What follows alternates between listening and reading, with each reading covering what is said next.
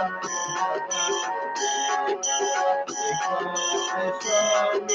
सखा स्वामी सखा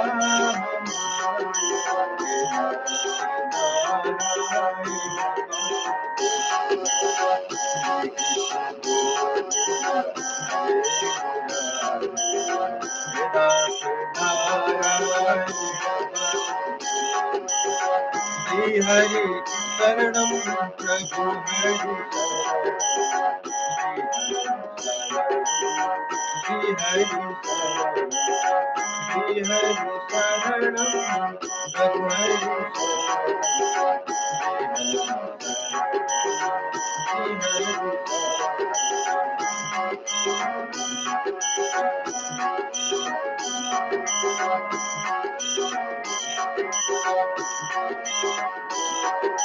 श्री हरि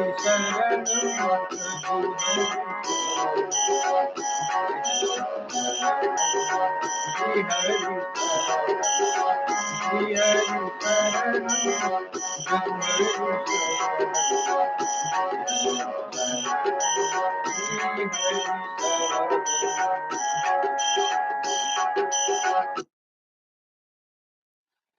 जय श्री हरि, जय श्री कृष्ण।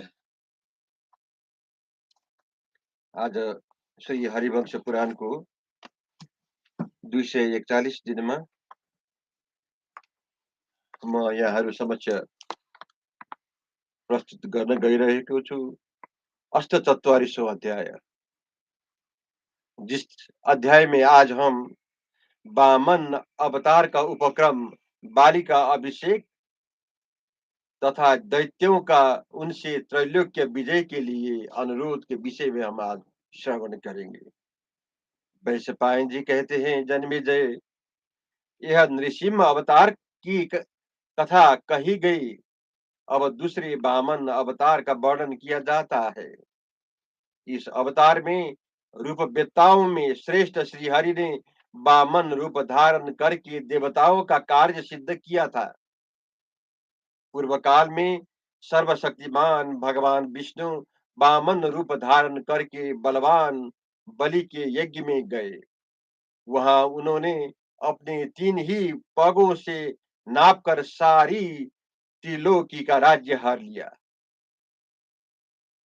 प्रभावशाली श्रीहरि ने नाना प्रकार के पर्वतों से विभूषित तथा समुद्र रूपी वस्त्र से आच्छादित यह पृथ्वी बलि से लेकर देवराज इंद्र को दे दी।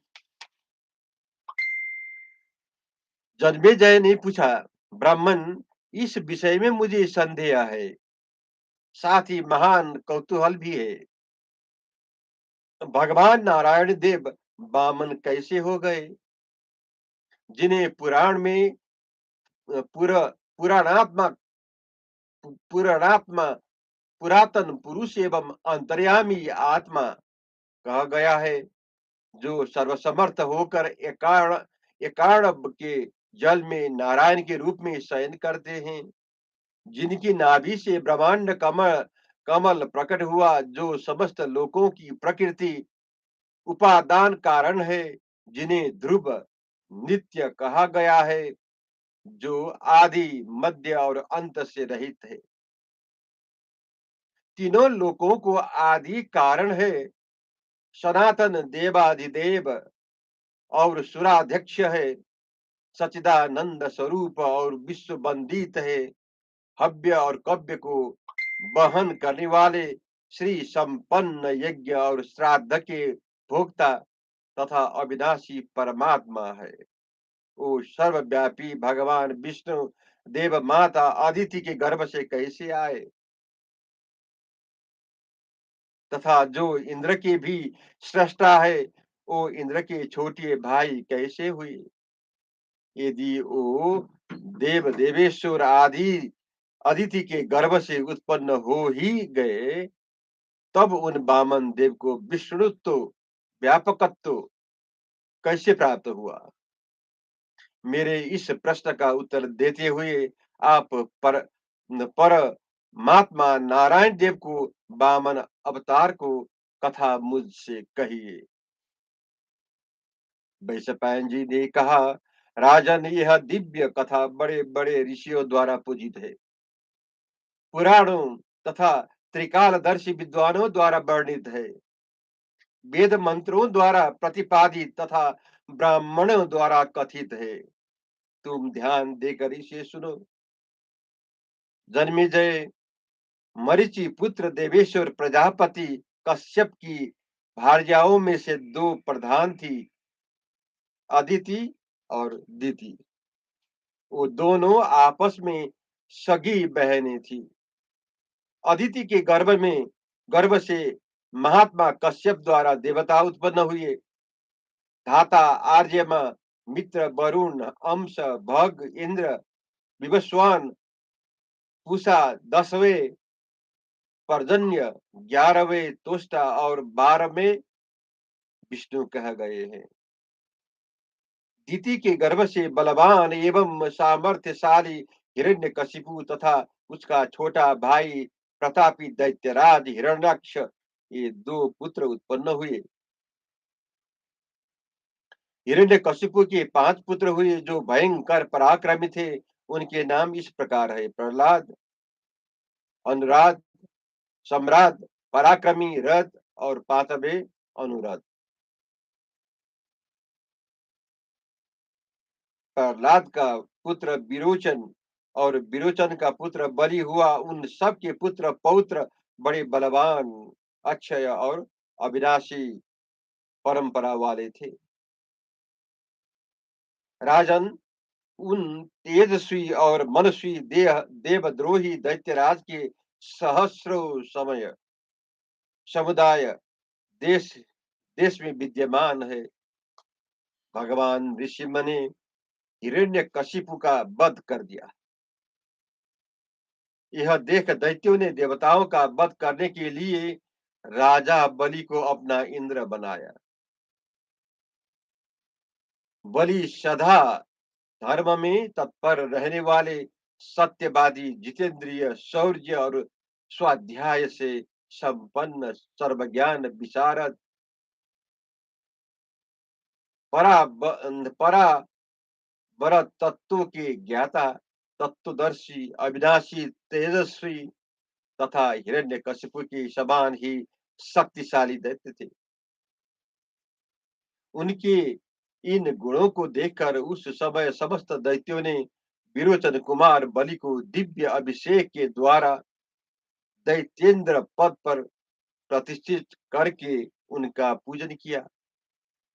दैत्य द्वारा बलवानों में श्रेष्ठ बलि का अभिषेक हो जाने पर संतुष्ट हुए ब्रह्मा जी ने भी असुर गणों के साथ समस्त तीर्थों के जल से भरे हुए सोने के बड़े बड़े कलशों द्वारा विरोचन कुमार बलि का हिरण्यकशिपु के राज्य पर अभिषेक कर दिया। अभिषिक्त होकर जब अनुपम पराक्रमी बलि सिंहासन पर आसीन हुए, तब समस्त दानवों ने उनकी जय जयकार की। बलवानों में श्रेष्ठ बलि को इंद्र बनाकर समस्त दानवों ने पृथ्वी पर मस्तक टेक कर उन्हें प्रणाम किया और इस प्रकार अपना अभिप्राय निवेदन किया। दैत्य बोले, दैत्यराज, आपको यह ज्ञात ही होगा कि पहले चराचर प्राणियों सहित यह सारा त्रिभुवन हिरण्यकशिपु के अधिकार में था। सुरेशोर निषुदन देवताओं ने आपके पितामह का वध करके तत्काल ही तीनों लोकों का राज्य हर लिया और इंद्र को उस पर अभिषिक्त कर दिया। अतः नाथ, अब आप हमारे साथ चलकर अपने पितामह का राज्य, यह प्रवाह रूप से सदा बना रहने वाला त्रिभुवन वापस लौटाइए। प्रभु, आपका कल्याण हो। आप अपने पितामह के राज्य पर पुनः अधिकार कर लीजिए। राजन, आप अनंत बल पराक्रम से संपन्न है तथा अपने गुणों द्वारा पितामह हिरण्यकशिपु से भी बढ़ गए हैं। अतः सहस्त्रों असुर गणों से घिरे हुए आप देवलोक में चलकर महानुभाव देवताओं पर विजय प्राप्त कीजिए। जय श्री हरि, जय श्री कृष्ण। अब मैं 49तमो अध्याय प्रारंभ करने जा रहा हूँ। इसमें आज हम देवताओं के साथ युद्ध के लिए दैत्य की तैयारी, इसी विषय में हम आज श्रवण करेंगे। वैशंपायन जी कहते हैं, जन्मेजय, उन दैत्यों की बात सुनकर महाबली एवं बुद्धिमान बलि मन ही मन बड़े प्रसन्न हुए। उन्होंने करोड़ों दैत्यों को आज्ञा दी कि सारी त्रिलोकी पर विजय प्राप्त करें।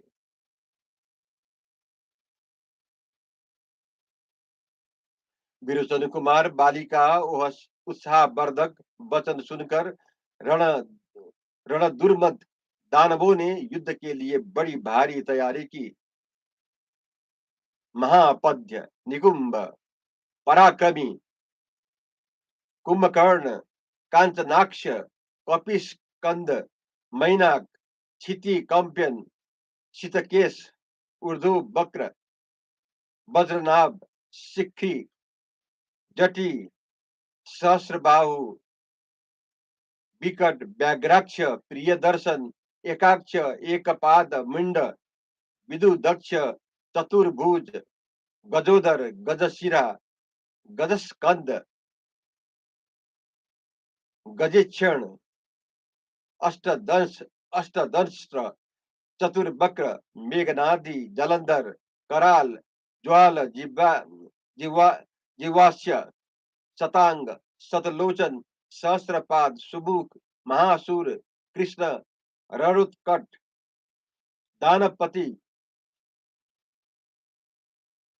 शैलकंपु, कुलाकुली, समुद्र, रभस, चंड, महासुर, धूम्र, गोत्रज, गोछुर, रौद्र, गोदंत, स्वस्तिक, ध्रुव, मामसल, मांसभक्ष, वेगवान, केतुवान, शिवी, पंक, दिग्ध शरीर, बृहत कीर्ति, महाहनु, समप्रभ, विकुंभांड, विरूपाक्ष, महोदर, श्वेत शीर्ष, चंद्रहनु, चंद्रहा, चंद्रतापन,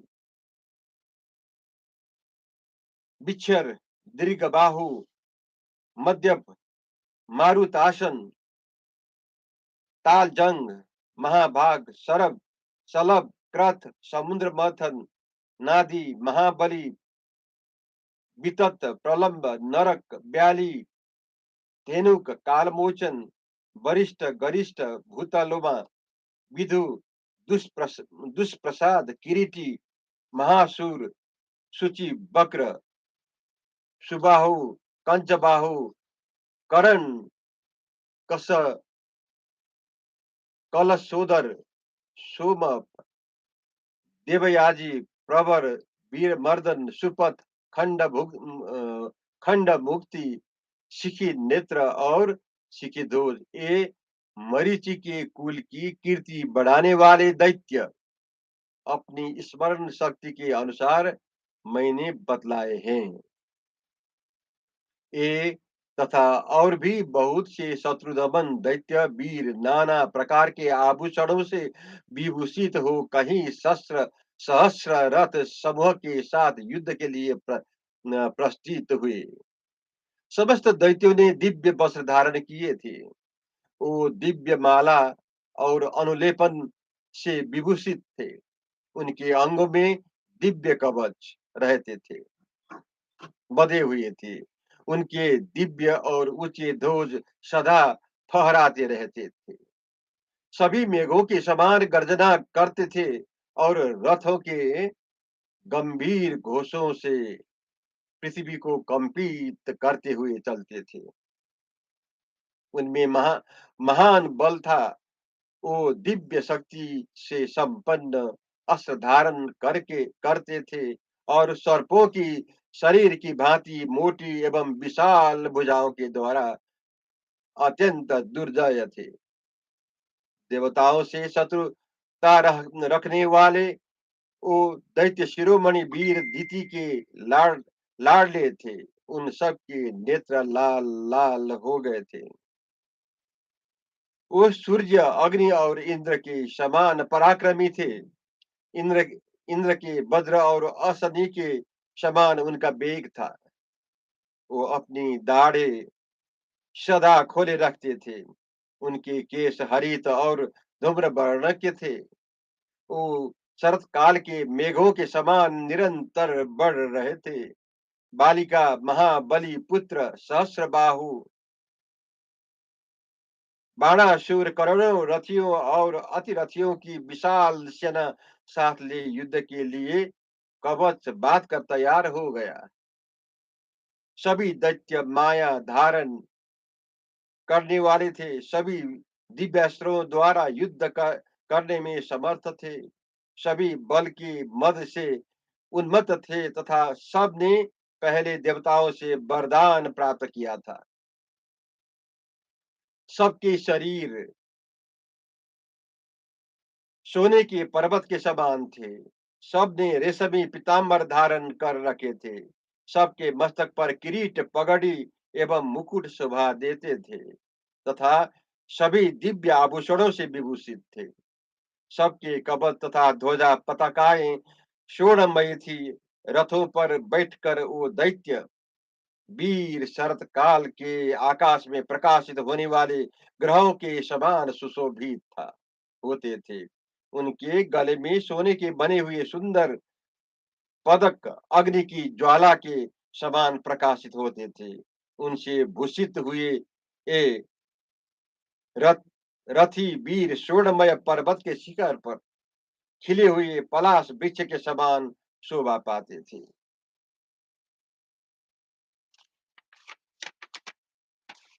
जय श्री हरि। जय श्री कृष्ण।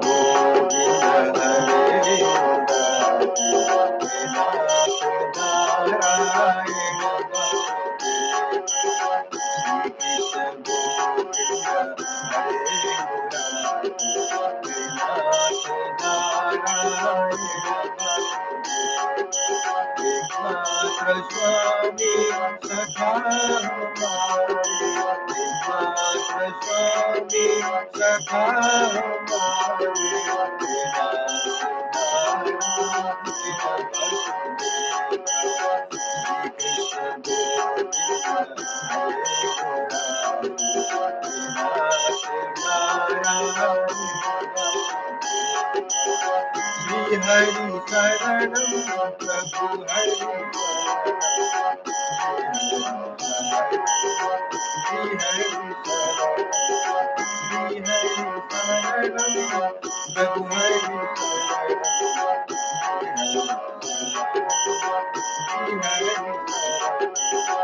तेरी करी मात तेरी करी मात श्री हरि शरणम प्रभु हरि श्री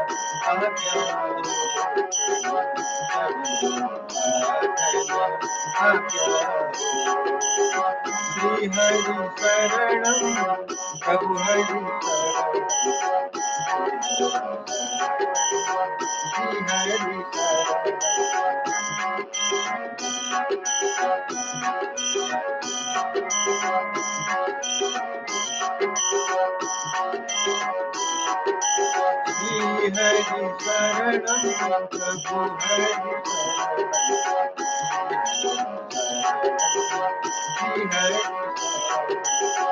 श्री हरि शरणम प्रभु हरि श्री हरि